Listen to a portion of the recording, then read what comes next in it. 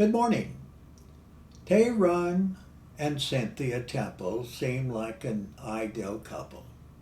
They're young, up and coming, and looking forward to having children. But three miscarriages have left Cynthia emotionally frail. And when her father shows up for a long awaited reunion with his girlfriend in tow, things go from foul to foul play. The play is very much an emotional roller coaster for the audience. The show deals with situations of mistaken identity, time lapses, and hidden motivations. It's set in 1937 in the quaint city of Coeur d'Alene, Idaho. The sound of the cab is heard of driving away in the dark.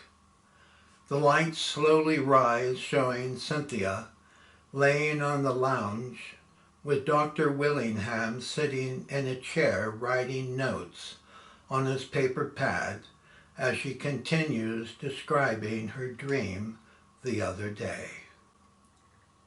The next thing I remember is walking to the fireplace, and I held the picture frame of my father's face.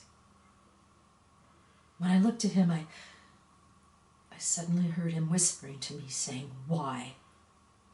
I turned around, and there he was standing, alive. And I said to him, "You're dead. I saw the blood."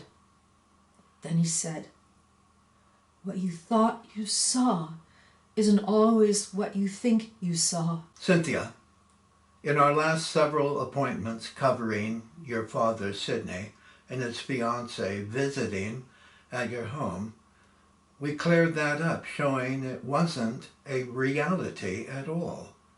What and when did you have this new dream, and how did it affect you? It was the last night in a dream, and that's why I'm here, Dr. Willingham. When I heard him talking, I quickly said, "No, you're dead." He stood there, calmly saying, "You are forgetting I'm an actor. On the morning after you pointed the revolver at me and your husband, I took a cab into town, purchasing blank cartridges, and sneaked into your bedroom and emptied Tyrone's bullets from the revolver. After you advised me of a murder plot against me, I made up my favorite batch of stage blood and taped it to my chest under my shirt. I was curious to discover who might be behind this threat, so I made it possible for the predator to act out the crime." Cynthia, you do realize this is only a dream, and in fact, a horrible nightmare. We both know your father is no longer living because he died 3 years ago in New York City. All of your prior dreams you have described, like the young woman named Rosie from Lamar County, Georgia, she too was only a delusion in your mind.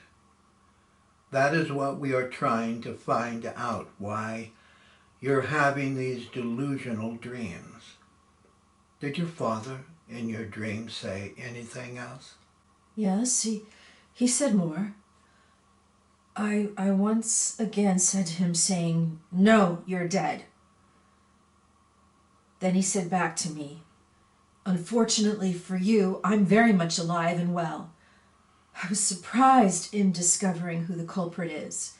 Then I shouted at him, "This is a lie!" That's correct, Cynthia.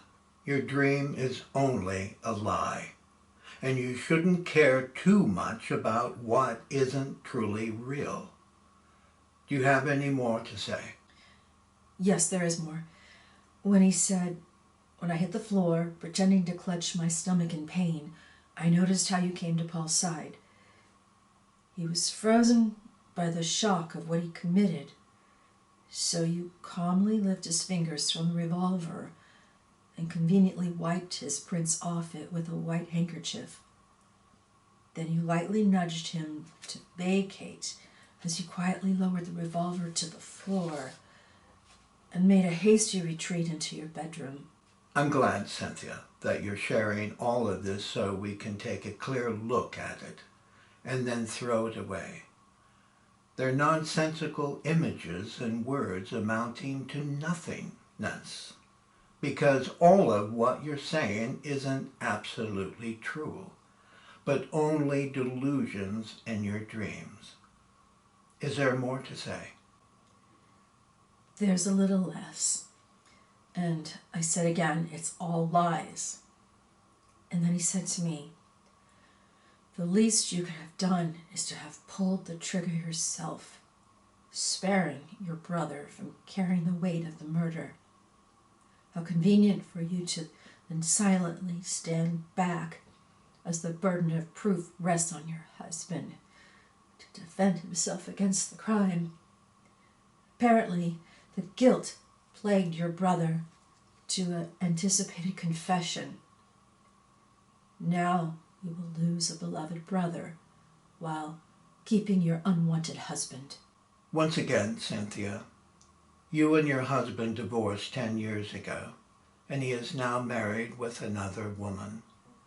Not to bring up the sadness you hold dearly of your deceased brother, who died in a vehicle accident just 10 months ago. I believe we're on the edge of finding your delusional dreams of wanting your family members surrounding you once again. Before my appointment ends, Dr. Willingham, I do have another thing that my father said to me in the dream. Go right ahead. We're not over yet. Let us hear together what he said. He said,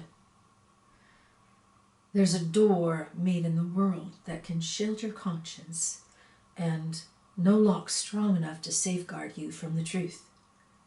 Unfortunately, fear will prove to be your nearest companion and will endlessly haunt you throughout your days. What does that mean, Dr. Willingham? Let me ask you something first, Cynthia. Did you love your father? I'm not really sure. Do you believe your father loved you?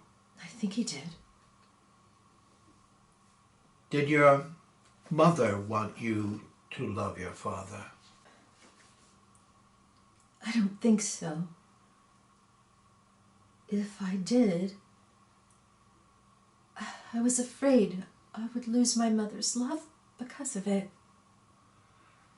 Your parents divorced when you were young, Cynthia.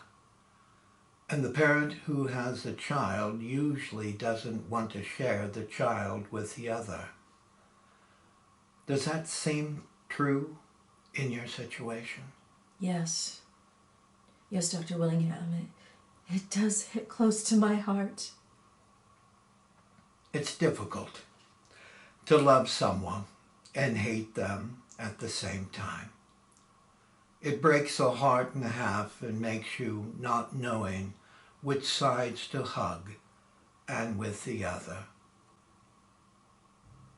There is a silent moment between Dr. Willingham and Cynthia.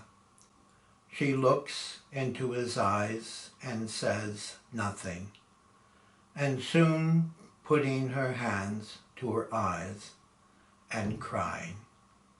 Dr. Willingham put his pad and pen down and went to her and held her while she was crying as the lights slowly dimmed to black. The end.